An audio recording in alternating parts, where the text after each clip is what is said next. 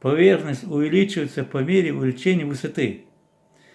Древний балласт, то есть башня, обычно высотой более 20 метров и далее высотой 50 метров с 10 встроенными этажами. С 10 встроенными. Представьте себе, 50 метров. От остальных этажей более чем даже 20 этажей. Каждый этаж может вместить более 10 человек. А каждая башня может вместить более от 100 до 200 человек. Чувствуете, да? Архитектурные формы этих древних башен различны, и их можно разделить на 4 группы. То есть башню можно разделить на группы на четырехугольные, пятиугольные, шестиугольные, восьмиугольные башни. А я в прошлом году в ауле Шикра видел пятиугольные башни. Обычно я думал, что они только четырехугольные бывают, но там пятиугольные, полукруглые, овальные и круглые и так далее. Опять-таки, вот я вам выставлю фотографии, как говорится, покажу, то есть сделаю ссылку, чтобы вы могли посмотреть и сравнить вот эти башни. Мне эти башни показывал Джамуханов Сулейман еще в 1986 году. Фотографии показывал этих башен, понимаете? Далее, в 2006 году, это буквально через 86, 96, 2006, получается, через 20 лет мне показывают Ибрагимов Резван в компьютере, посмотри, я тебе покажу что-то удивительное.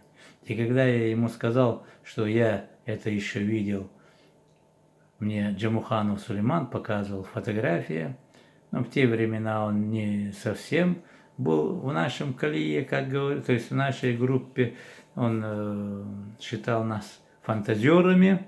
Это 20 лет назад, когда мы сравнивали вот эти башни и, как говорится, были в таком духе чуть-чуть, некоторым нам даже некоторым рядом стоящим казалось, что мы друг чуть-чуть ненормальные, понимаете ли. Мы действительно, видя вот эту схожесть этих башен, вот когда опускались в древнюю историю за 1000-2000 лет, видя следы какой-то большой, очень сильной, высокоразвитой цивилизации, которая сегодня разделена на разные государства, там так далее и тому подобное. И когда нам Джамухану Сулейман переводил, значит, Тоурат на чеченском языке и Библию, скажем, на чеченском языке, некоторые места Забура, мы действительно были удивлены. Как же это так? А мы-то, обучая, нам-то что, суали, как говорится, и мы-то, оказывается, знали только новейшие истории СССР, понимаете ли. И вот это, значит, в 2006 году мне показывает Ибрагимов Резван. Вот, смотри. Его осенило. Хорошо, что и тогда пришло время, понимаете ли. Но до сих пор он не соглашается с нами. Я имею в виду насчет Ноева ковчега. Вот еще, конечно, вы видите, что я фотографии выставляю вам. Это видно? Вот еще. Вы знаете, что это за комплекс. Фотография, конечно, не совсем качественная, но для сравнения, я думаю, пойдет. Комплекс. Вы знаете, что это такое. Это для моих подписчиков, которые разбросаны по всей территории постсоветского пространства. Почему? Потому что я это не ради этого шутки, в смысле понта говорю, вы ж меня извините, переписывается со мной.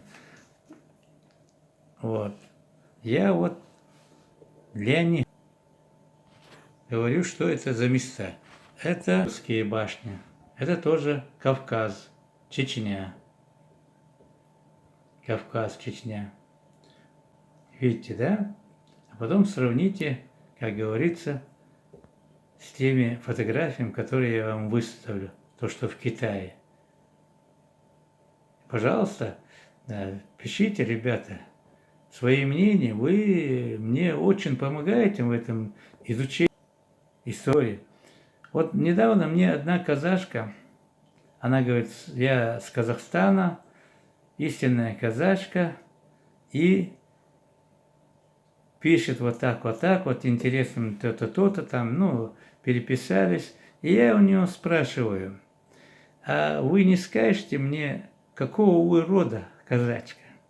И она мне пишет, какого она рода. Наш род, древний род, вот так вот назывался. И я по-чеченски перевел значение этого слова, которое она мне сказала. С тех пор мы друзья.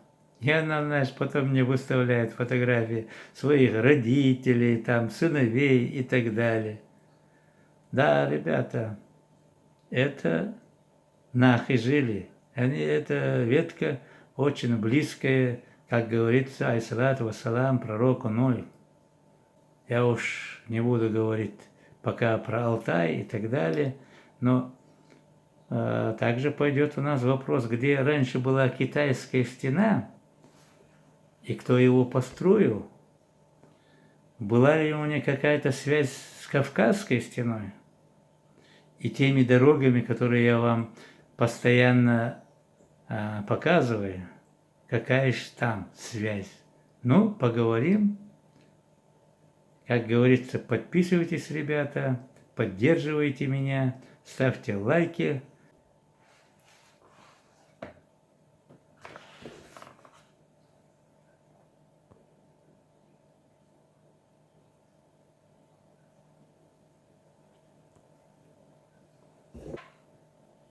Вот видите, вот этот Майстер, комплекс Майстер, Майстоевская башня. Примерно Хасиев Саид Мухаммад, видимо, сидел вот на этой башне. Вот она. Представьте себе, и вот с правой стороны вот течет вот эта речка. Видите, какая-то даже линия, вот на фотографии какая-то кривая. И эти башни стоят веками. Не правда удивительно? Смотрите, какой пейзаж. Это Майстинский комплекс.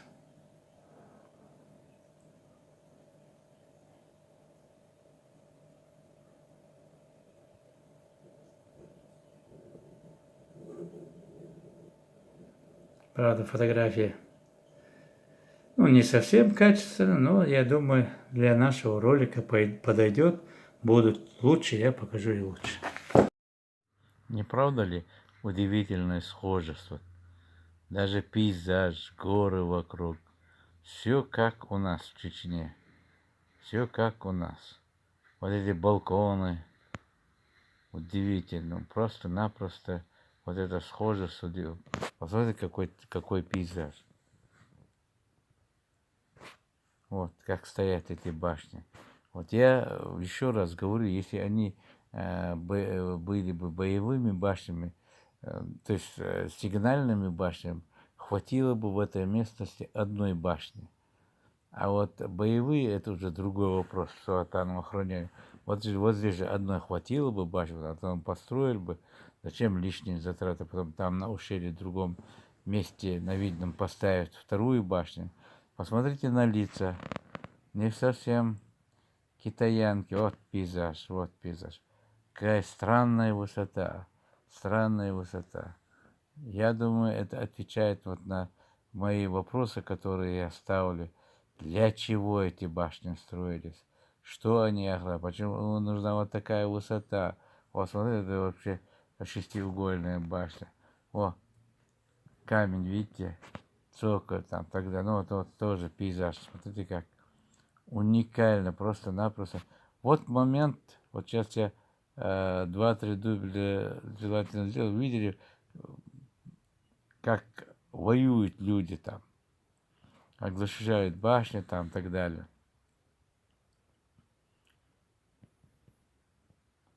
Вот, в принципе, вот эти сравнения. Вот, смотрите, какой пейзаж. Это вообще один к одному. Просто-напросто невозможно. Это так, что тут жили какие-то другие. Это такие вещественные артефакты, что нам нужно их изучать. Ну, на этом я сегодня заканчиваю свою рубрику, свой ролик. Большое вам спасибо. Подписывайтесь, поддержите меня, пожалуйста. Пишите комментарии. Что ни говори, все равно мне ваша подписка нужна. Я хотел бы сказать несколько слов о своем канале. Дело в том, что вот этот мой аккаунт, скорее всего, скоро YouTube заблокирует. И я создал новый аккаунт Nohe Ark. Nohe Ark на английском языке надпись, и оно написано латынью. Пожалуйста, если вам не трудно, переписывайтесь на этот канал, подписывайтесь туда, можете обе смотреть, если у вас есть желание. Но я хотел бы, чтобы мои подписчики все, значит, знали, где я нахожусь и куда я буду выкладывать, если даже закроют вот этот аккаунт. Даю вам адрес, где. Также мои, как говорится, молодые блогеры, новое поколение просят, чтобы я попросил вас, чтобы вы подписались на их каналы, чтобы вы их поддержали. Это юный блогер Хизер и Ахмед Десханов. Правда, там еще аккаунты появятся. Дело в том, что они собираются, значит, вам выставлять, готовить сценарии. Там уже юный блогер Хизер уже пару роликов забросил на свой, это снимает третий, называется «Домик на дереве». «Домик на дереве» называется. Ну, подсказывайте им. Один я, значит, как говорится, в поле не воин. И вот если у них будет такая публика 10-тысячная, и вы будете подсказывать им, как снимать ролик, там, что у вас интересует, там и так далее. Ну, короче говоря, они пишут сценарии целые, там, сценки делают и просят вас, чтобы вы их поддержали. Большое вам спасибо. До свидания.